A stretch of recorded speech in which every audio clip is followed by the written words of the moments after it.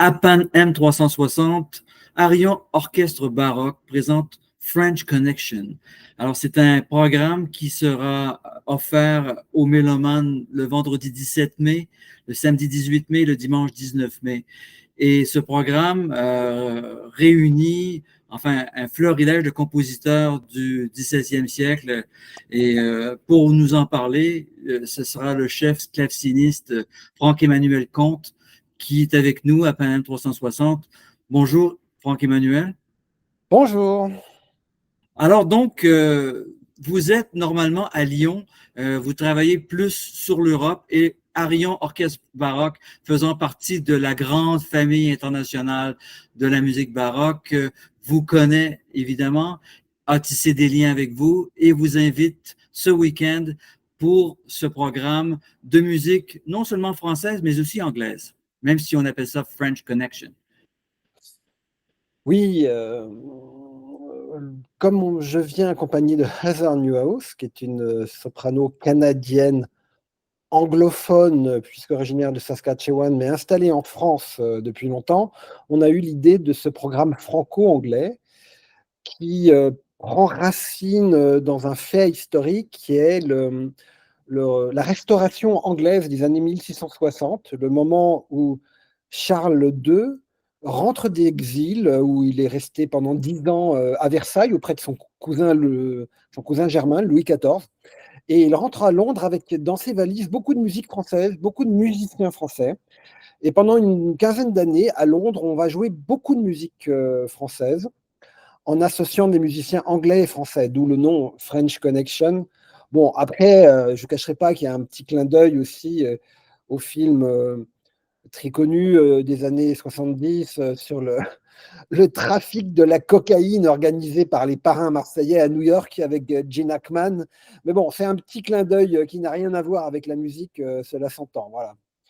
Oui, et donc, il y a quand même plusieurs compositeurs qui sont impliqués dans ce programme ambitieux, puisqu'il y a deux parties, mais il y a du Robert Cambert, Jean-Baptiste Lully, Matthew Locke, James Hart, Nicolas Lanier, Marc-Antoine Charpentier, et Matthew Locke en deuxième partie, Louis Grabu, Henry Purcell, et le travail qu'il avait fait avec John Weldon, et encore Jean-Baptiste Lully. Alors donc, c'est un programme complet, c'est le moins qu'on puisse dire, qui, effectivement, comme vous l'avez expliqué, illustre ou évoque les interconnexions entre ce qui se passait en Angleterre à l'époque et ce qui se passait en France. Et donc, évidemment, une période plus perturbée du côté anglo à ce moment-là, mais évidemment, les Français avaient leur note à dire.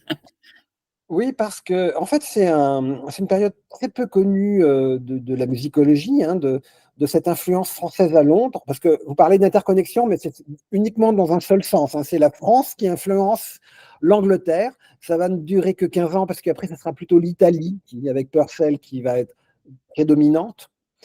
Mais bon, c'est intéressant et peu connu ce mélange. On jouait beaucoup à Londres à cette époque-là des opéras de Lully ou de Cambert, traduits en anglais, mais avec dans l'orchestre un mélange de musiciens anglais et français.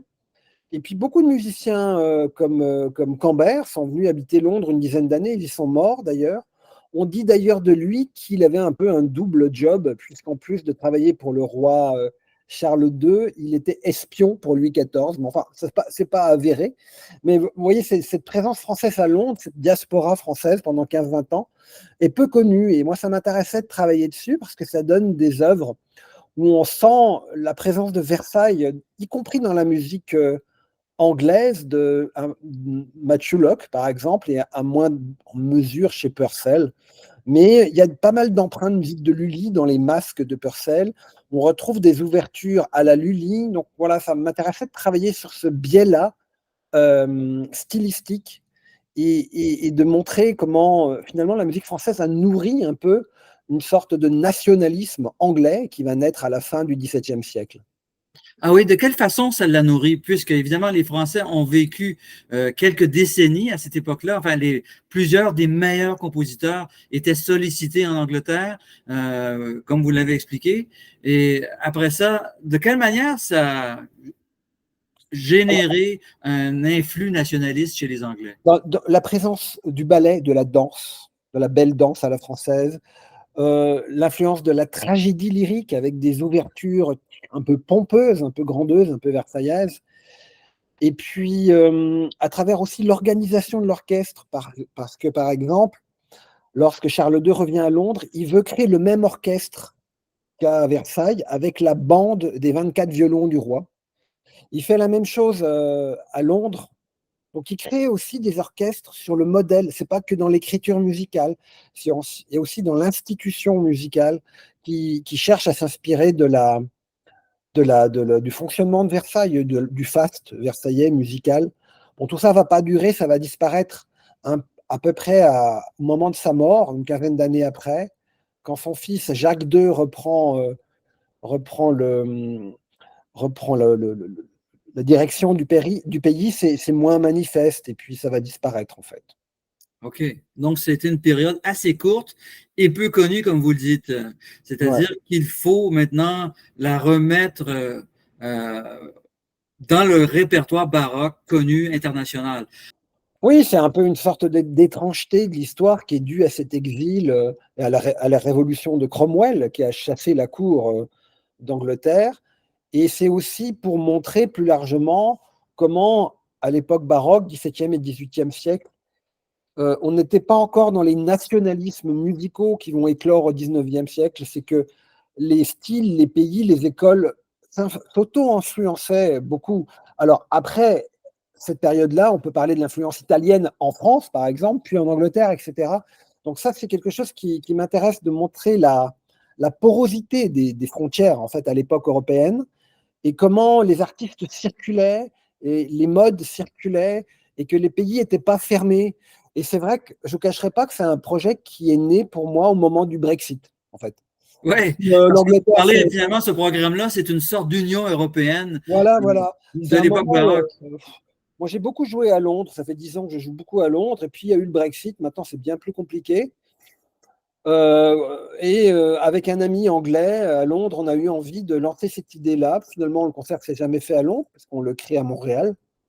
Mais voilà, c'est tellement dommage que les pays se referment. Moi qui suis pas canadien, mais français, je m'estime européen avant d'être français, si vous voulez.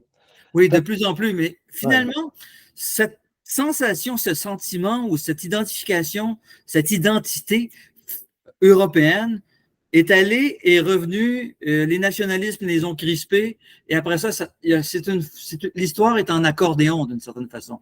Alors donc, c'est une époque d'ouverture qui s'est Voilà, refermée, et on en vit encore des époques d'ouverture qui deviennent des époques de fermeture. Alors donc, voilà, absolument. Donc c'est un programme d'ouverture, voilà. Et puis Mathieu, le directeur d'Arion, a été séduit par ce projet franco-anglais à Montréal, qui est une ville là aussi qui est assez oui, bilingue. complètement bilingue, oui. Et donc voilà, c'est intéressant parce que ça montre aussi comment les langues peuvent se compléter et les styles se compléter. Et donc Heather Newhouse, qui est anglophone mais parfaitement francophone, je passe d'une langue à l'autre et c'est assez étonnant. Mais moi, ça me surprend toujours à Montréal, quand je viens à Montréal, dans la rue se mélangent des langues. Bon, peut-être ça ne plaît pas à certains, mais moi, qui viens d'un pays où on parle que français, où on est très mauvais en langue étrangère, je trouve ça assez troublant et assez séduisant d'entendre les langues se mélanger dans Montréal. C'est quelque chose qui me plaît beaucoup. Vous savez, l'identité montréalaise est de plus en plus multilingue. Ouais, Et Montréal est non seulement une ville bilingue, mais c'est peut-être la plus grande ville trilingue des Amériques, puisque chaque personne qui vient d'une autre communauté que l'anglophone ou de la francophone parle trois langues forcément à ouais, Montréal. ouais. C'est très intéressant et effectivement, il y a un lien avec votre programme de ce week-end, puisque c'est un autre style de French Connection, en fait. C'est ça, c'est ça. Alors donc, bon, avez-vous une façon d'aborder le répertoire? Bon, vous travaillez avec Arion cette fois-ci. Quelle est votre approche, quelle est votre direction? Évidemment, on ne peut pas la définir avec des mots tant que ça, là, mais donnez-nous quelques indices de votre propre style de direction. Évidemment, vous êtes claveciniste, vous allez en jouer, j'imagine. Oui. C'est moi qui fais le clavecin. Je dirige du clavecin. Alors, avant de diriger, pour moi, il y a l'idée de la création, de la conception. C'est moi qui construis mes projets, mes programmes, et je passe beaucoup de temps à trouver un argument historique euh, qui n'est pas juste intellectuel, mais qui permet de nourrir l'interprétation de données subjectives et concrètes à la fois sur quel biais on prend. Alors là, par exemple, aux musiciens, c'est très facile avec ce French Connection, puisque voilà, on joue de la musique anglaise, mais il y a cette influence française. Donc je leur dis, voilà, imaginez quand on joue Purcell, Locke, imaginez que c'est de Lully.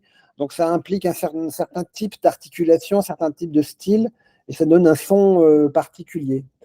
Après, moi, dans mon approche interprétative, au-delà de l'aspect historique, moi j'aime bien, je travaille beaucoup sur l'intelligence collective, c'est-à-dire je dirige pas, je ne suis pas un chef qui enferme les musiciens.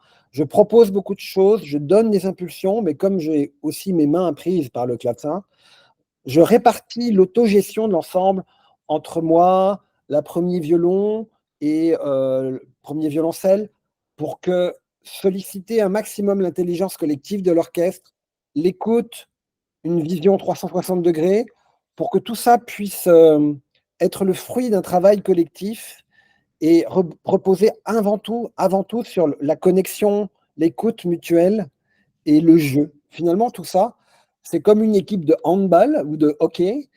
Il y a du jeu qu'on doit retrouver dans une forme de lâcher prise et de liberté, tout en ayant en tête l'idée de précision. Mais pour être très précis, il faut être aussi être en capacité de lâcher prise. Vous voyez ce que je veux dire?